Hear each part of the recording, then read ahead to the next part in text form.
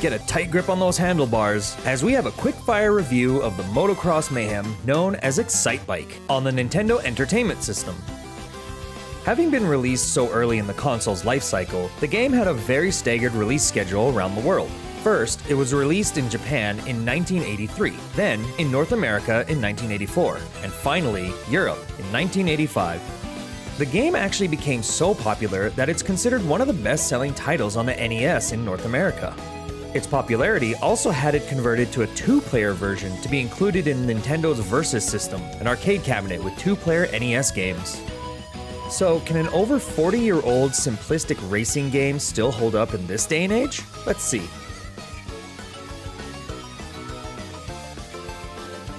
Right from the title screen, you're offered 3 game modes. Selection A is a solo time trial on the tracks, while Selection B is the same style of play, but includes other racers as additional obstacles. Design mode allowed you to make and save your own tracks using any amount of the 19 obstacles the game offered, something that I'm sure had to be an ahead-of-its-time feature. During the races, you accelerate using the A button, and you can hold down B for a faster turbo boost, but you have to keep an eye on the temperature of your engine while boosting, or else you'll overheat and get pulled to the side for a pretty lengthy cooling down period.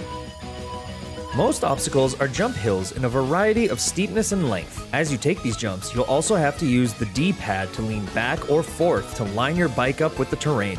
Perfect alignment lets you efficiently keep your momentum, while slight misalignment will slow you down a bit, but you'll still be able to keep racing. If you go too far off though, you'll crash and get pulled to the side of the track, where you have to furiously tap your buttons to run back to your bike and rejoin the race. Other obstacles include hurdles that can crash you unless you get out of the way of them, but you can also survive the hurdles by leaning backwards while on the ground, which will make your racer do a wheelie. Be careful though, as going too far will crash you as well. The ground can also have dirt piles that will slow you down, and some sections will have half tracks, cutting the lanes from 4 to 2. There's even a full gap that's just all grass. These are usually placed at the end of jumps that you need to use to try and clear as much of it as possible. The track will also hold some chevrons that will instantly cool your engine if you're in the middle of using a boost, allowing you to keep it going longer. And there's jump ramps, which if you lean back at just the right time, it can give you a juicy boost forward in your jump. Really helpful in clearing obstacles and getting ahead of the other racers. In both selections A and B, you're racing against the clock, and to continue forward, you need to beat the 3rd place time. If you succeed, you move on to the next track. If you fail, it's right back to the title screen. As far as I could tell, there's only 5 tracks in this game, and you can choose to go to the final one if you want. It can seem like it's a paltry amount for a racing game, but really, this should be looked at more as a time trial game. All you're really trying to do is beat the staff times and then bettering your own times. Every race feels like there's a factor of physics, timing, and sometimes luck involved in every jump and obstacle that can affect a racer's final time.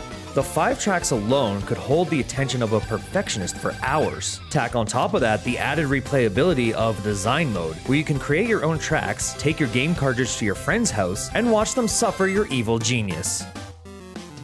This game controls really nice and tight. It's simple and responsive, which is good because you'll need good reflexes to optimize your driving.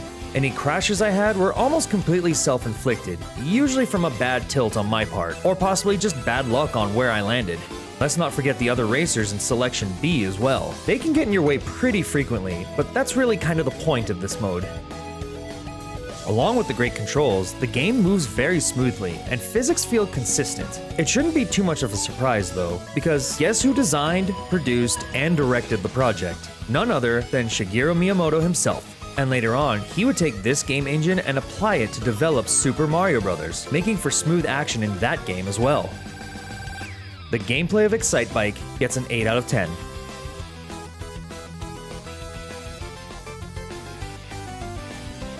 There's really not much graphically to this game, but I think that worked in its favor. With smart designs of the track elements, there was no problem seeing what was coming at you, even at full speed. The mid-ground area was just a big open blotch of color, but that helped make sure that the background didn't distract you. And let's remember, there are often big empty fields that separate the racetrack from the spectator stands in real motocross anyways.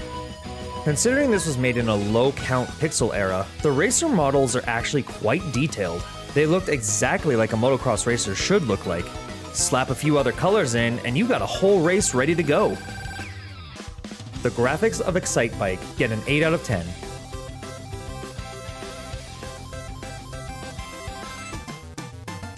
I like to say that Excitebike doesn't have music, it has jingles. The title screen, course selection, and race result jingles all get the point across and very quickly.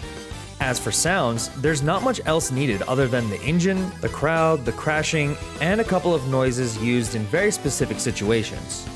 Now, if I left it at that, you would think this game sounds audibly boring and bad. But here's the thing, sometimes less is more. With no music while racing, you're just left with the sound effects, as well as the sound of the crowd cheering you on. Every blip of a perfect jump off a hill is so satisfying. The hopefully rare times that you crash, the sound is so devastating as you watch time tick away as you recover. And the sound of the turbo engine nearly overheating is alarming, but appreciated.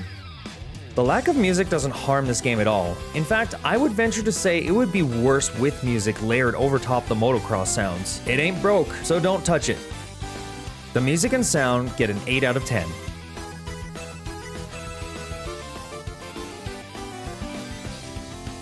I played this game mainly at a neighbor's house. I wasn't nearly as good a racer, yet I still had a lot of fun trying out the tracks that he made.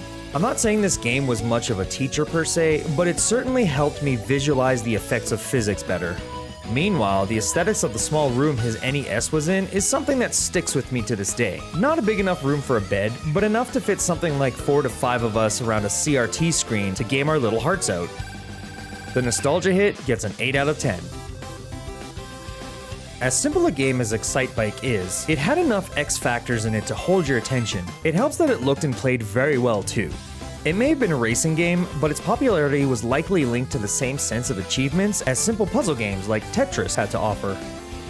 Whether you're looking for a quick race, or want to spend hours beating times, Excitebike has what it takes to satisfy those cravings. There's no wasted time in this game, and I would say it's worth whatever time you wish to put into it.